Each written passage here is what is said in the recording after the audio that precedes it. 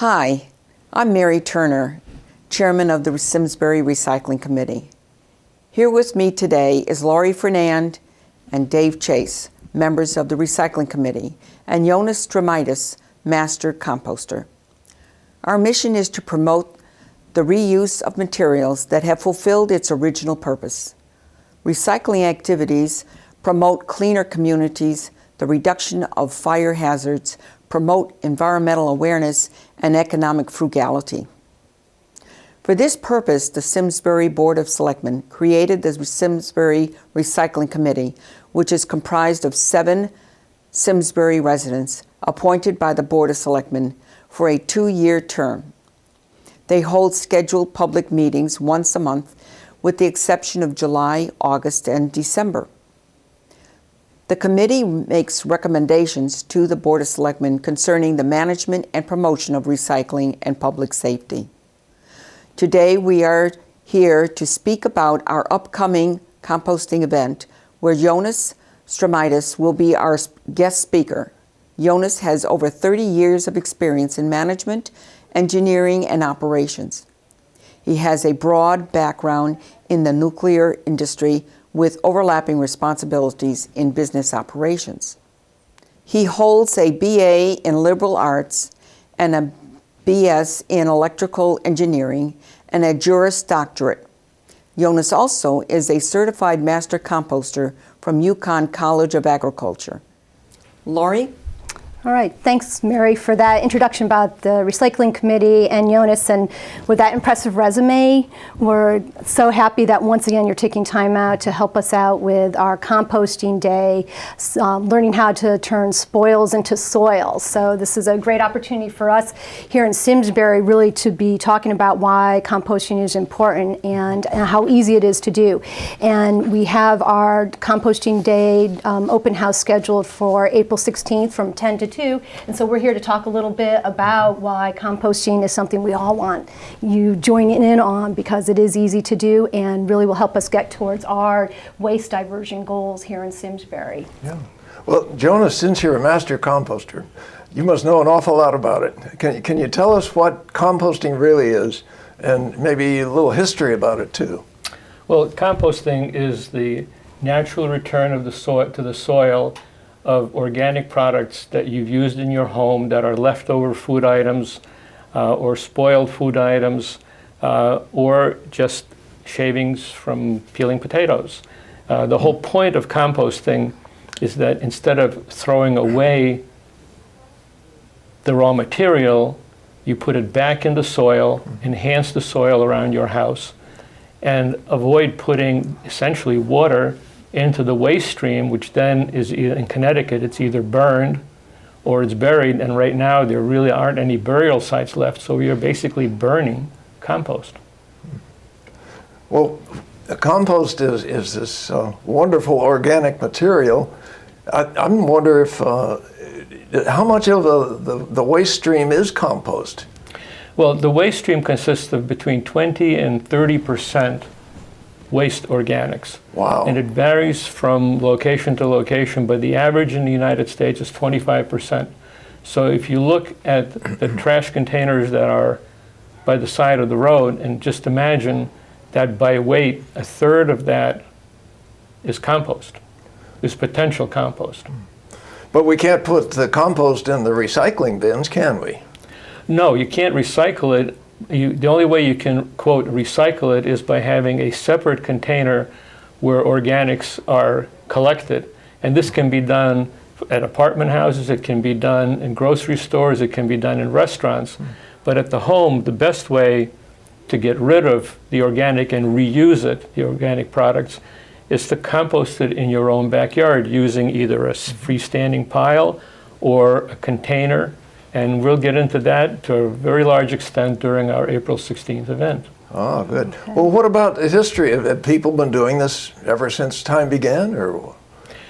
People were doing it probably from the very beginning, because the human being is naturally a conservative creature. You try to use whatever it is that you have that now you can't use it in one way, you use it another way. It's only in the modern era, in the last 30 or 40 years, that people had become a disposal society, especially in the United States. Canada hasn't gone that way.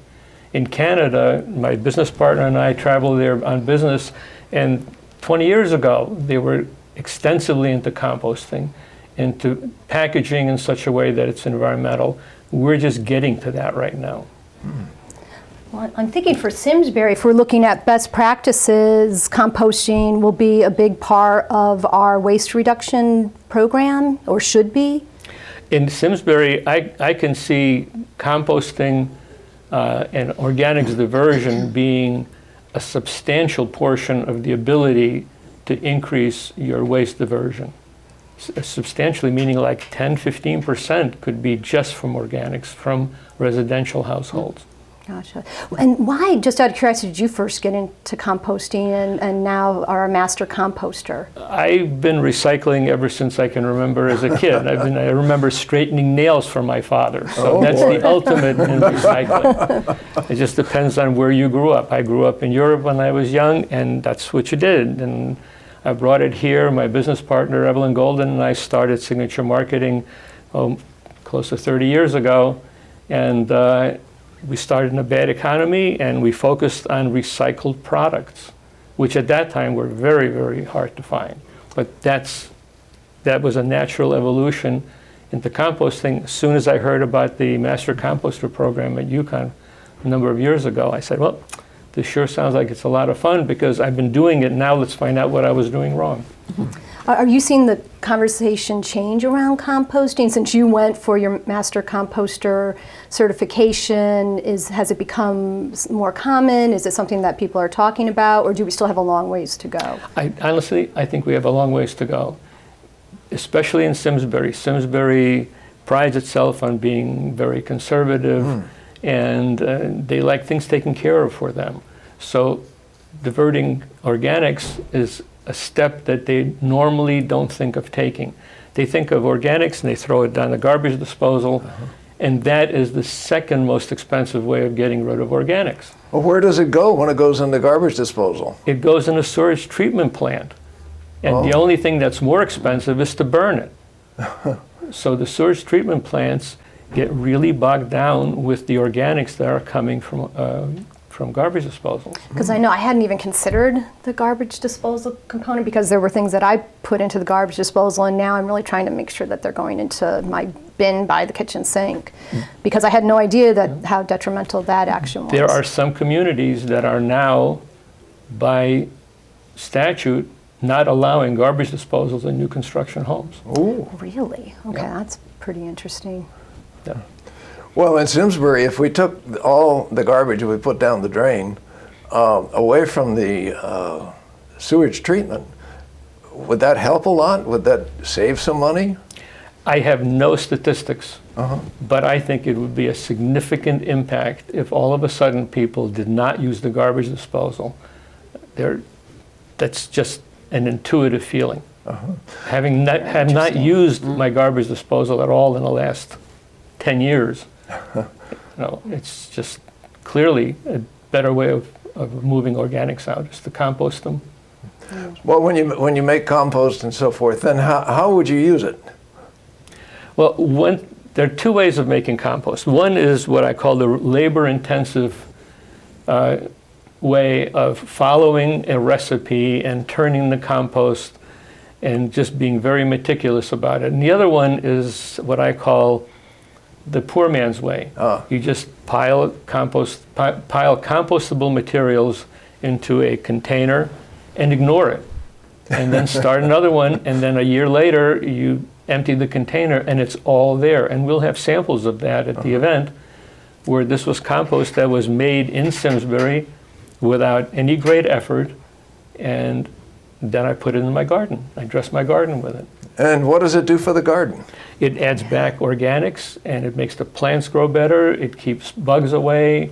It's just a natural way of enhancing, and you don't have to buy fertilizers. I never buy any fertilizer, never. Wow. So why? Oh, I'm sorry. Why does it keep bugs away? That's a curious one. Yeah. Well, because you top dress it, and it keeps the bugs from getting into the wet soil. Oh. Yeah, I didn't know that either. So, although I had my first garden last year, so I'm just starting to learn these Marigolds things. help also. Plant marigolds around your garden.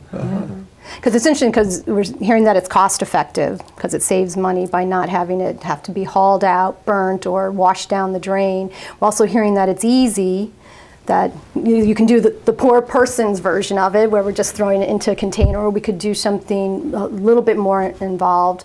And then also that there's benefits to using the product afterward. And that's why I've heard the term black gold, I guess, for compost, because that's what gardeners look at it as black gold. Yes, so. that's what it's called. It's called black gold because it has the nutrients.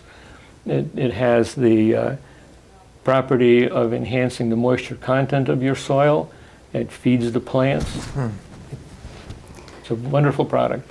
So for our event, it's from 10 to 2, and how does that usually evolve that day, and what will you be sharing with people? Well, I will be there throughout the whole time. We'll have a slideshow running of different composters, different processes.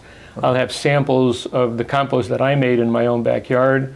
We'll also have compost from Flaming Farm, which is a facility in Simsbury that has been composting for a very, very long time. We'll also have instruction books. We'll have a copy of this Home Composting Made Easy book that's very well publicized. We'll have that for everyone who attends at no cost. Good. And hopefully we'll get some people enthusiastic enough to start composting. So when we come to the event, we're going to learn a lot more about the details, right? Yes, you'll learn more about the details. We'll have instruction on how to do it, answer questions, come with questions, and if we don't have an answer, we'll get back to you. Good. Because I know we've talked about what can and can't go into the composting bin, and can you pretty much put all organics in there? What are some of the challenges with some of the organics that people might want to put in there, such as bones or animal waste products? So just wondering. Well, composting is for organics that have not been cooked, they have not been contaminated with oil. Okay. And those kinds of things can be mixed in with leaves, with grass clippings, with small twigs, and all of that turns into compost. The organics that are like meat products and dairy, those things either have to be thrown out, or you can have them put them in a digester. And we'll have examples of a digester where you can have an organics digester in your own backyard, and that way you have no organics leaving except for large bones. So think about it, your garbage can is clean after that. My garbage can sees kitty litter and not much else. Okay. That's definitely. That's a wonderful statement. You know, that it's sort of like San Francisco that's looking for 100% recycling, and they're 25% composting. I wonder how they do that when you have apartments. I'm thinking a lot of people here do live in apartments or condos, and they don't really share outdoor space where they could put it in the ground. What would they do? Well, there they have central collecting points where people who live in apartment houses are then instructed to take their little bucket from the kitchen and bring it to central location, like in a way a waterproof container, like a garbage container, but it's not. And then for smaller apartment houses and residential, they have 5 or 12-gallon containers that they bring out every week for collection, and that's collected at the curbside. It is a labor-intense program. It is expensive, but San Francisco has chosen to do that, and apparently it's working. Might be a little more difficult here in Simsbury. We're more spread out. Yeah. We have to depend on individual households taking care of their organic waste because of the distances between pickup points. It just would be very difficult to do that. For central locations, that's something else that can be looked at. Good. And that's our focus for April 16th, is really talking to people who live in homes and they don't need a lot of space. You don't need an acre or a half acre. You just need some space that you can have this container for your composting. And it's very unobtrusive, the container, both for the composting and for the organics digestion. We had a conference in Montpelier, Vermont, where people told us where these containers were in their front yards by the porches. Whoa. And I literally had to get out of the car to say, oh yeah, it's really there, because it just sort of faded into the background. Wow. I don't think of composting bins as being welcoming. Well, they just, but maybe so. they weren't offensive at all. Oh, that's good. Yeah. Very Well, nice. what are the hindrances and the difficulties of composting and so forth? What keeps people from doing it? I think it's just the ingrained desire to just make things disappear. You have to rethink what you're going to do with your compostable materials. And as soon as you get into that, it just takes a certain amount of effort, and some people will do it and some people will be reluctant. If we have an ordinance that says you can't, and right now there's a Connecticut statute that goes into effect, I think, in 2020, where even household organics can't be thrown in the garbage. And that's going to be a wake-up call. I'm not sure about the date. And that's why this is a great opportunity for us to be talking with our Simsbury neighbors and letting them know how to do this, because it is so easy, and we can comply with the law ultimately, so, which we'd like to see happen. So that's the future then that we're looking at. That's the future, right? Okay. Exactly. Well, I wonder if we have the community gardens here, if they could take advantage of compost that people had. Certainly the community gardens can, but I think if you really think about it, if you've gone to the trouble of composting, use it in your own yard. Because no matter where it is, it will enhance your soil. So you could even put it on grass. You can put it on grass, you can put it on flower beds, you can do all kinds of things. You can use them in a container for container gardening. Well, I keep wondering, what about the smell? Is that a problem? If the compost is working properly, there is no smell and vermin will not be attracted. The problem is when people put in things that should not go into a compost pile. Oh, yeah. Like you can't put any meat, you can't put any fish, no bones. If you keep those things away and keep the compost pile aerated, which means not too much water, it works just fine. I have bears walking past my compost pile. They don't care. Okay, that's what I was going to ask, because my compost pile, it's open and there's fruit going in there. There's not any meat products, but rinds and such are being thrown in there. So bears won't even bother. No, but you cover them up. Okay. You should be covering them up. Okay. If you're not covering I'm them not. up, then no. You So should be put covering. leaves. Just and- put leaves or just sprinkle dirt on it. Okay. Dirt is a natural enhancer to compost because it has the bacteria that you need. Oh, So yeah. just plain old garden dirt. All right. All right. Got to work on Well, that. that certainly is fascinating. I think, when people come to the event that we have at the library, they're going to find out a whole lot more. This is just sort of the surface of what we're talking about. Absolutely, and it's hands-on. You can play in the dirt. That's great too. So bring kids. Oh, absolutely. This is great for kids, yes. Yeah, it's wonderful for them to learn now how important this is and how easy it is and cost effective. So Absolutely. thank you. Yes, thank you very much. Appreciate it. Very informative.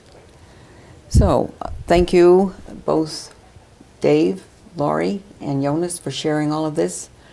I wanted to just give you an update on what the Recycling Committee's active programs are. We do have a swap shop which will open this coming, April 2nd, the first Saturday in April. And we are open every Saturday until the end of October, and that is when weather permitting. We're open from 9 a.m. until 2 p.m. and the swap center is located at the transfer station on Walcott Road. All items accepted and adopted are free to residents of Simsbury. We also manage the magazine swap, which is also free and can be found at the coffee area at the Simsbury Library. We recognize outstanding recycling efforts through our annual award program. And we provide the town with recommendations for raising the recycling rate. Want to thank everyone for watching. Remember to join us at the composting event at the Simsbury Library Program Room, which is in the lower level, on Saturday, April 16, from 10 a.m. to 2 p.m. And we encourage you to bring your children. Thank you very much.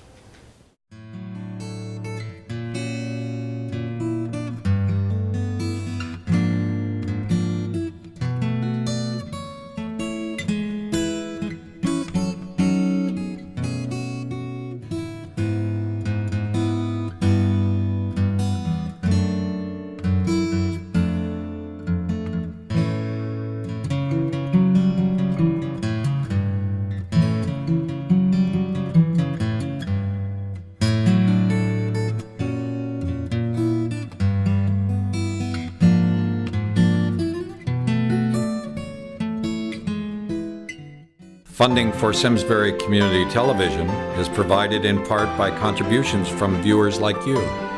Thank you.